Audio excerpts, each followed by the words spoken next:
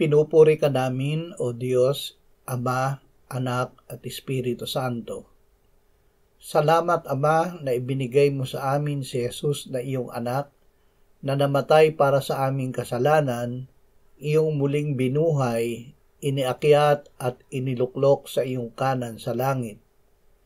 Salamat na ibinigay mo sa amin ang iyong banal na Espiritu, at sa pamamagitan niya ay ibinuhos mo ang iyong pag-ibig sa aming puso.